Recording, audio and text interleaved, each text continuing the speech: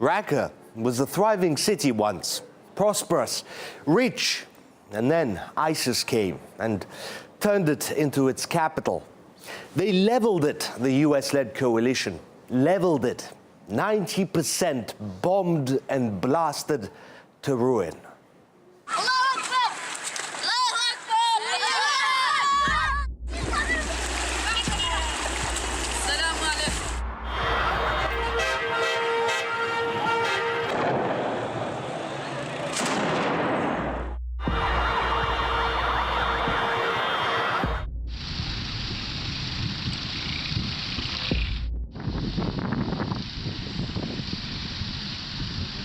And locals, those that survived, are still picking up the pieces.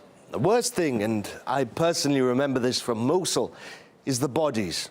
Hundreds, thousands of them still rotting under the rubble. The smell is indescribable and it permeates everything, especially bad when it's hot and decomposition really sets in. And there's a lot of bodies still to be found. In this grave, there are people of all confessions, militants, civilians, children, the elderly. They were from all parts of society. Some of them were killed in the fighting, some from the airstrikes. Others were killed by snipers. All causes of death can be found here.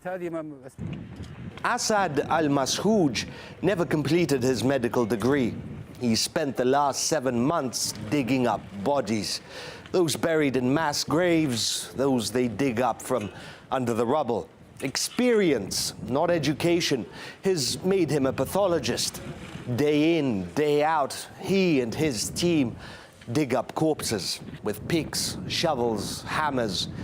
Over the course of the last several hours, they had dug up 80 bodies. Mines are the main problem. You can find them both in the buildings and on the streets. The second problem is lack of equipment. Such a big city as Raqqa needs more of it. We're demanding the city council give us as much equipment as possible so that we can expand our work. It's no secret that things are dire. Not enough assistance, not enough help. No one spared any expense when it came to carpet bombing Raqqa, but they're counting now. Rescuers lack equipment, financing, safety gear, and the international community has gone silent. All but rights groups which have been banging the alarm bells for near enough a year now.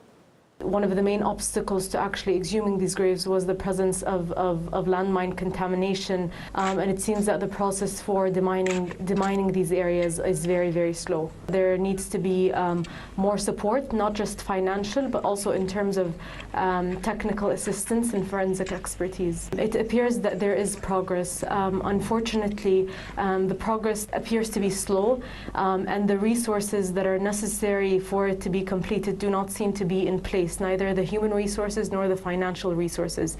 It's a sorry situation.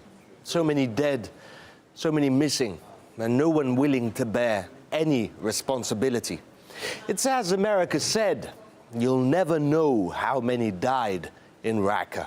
As far as how do we know how many civilians were killed, I'm just being honest, no one will ever know. Anyone who claims they will know is lying.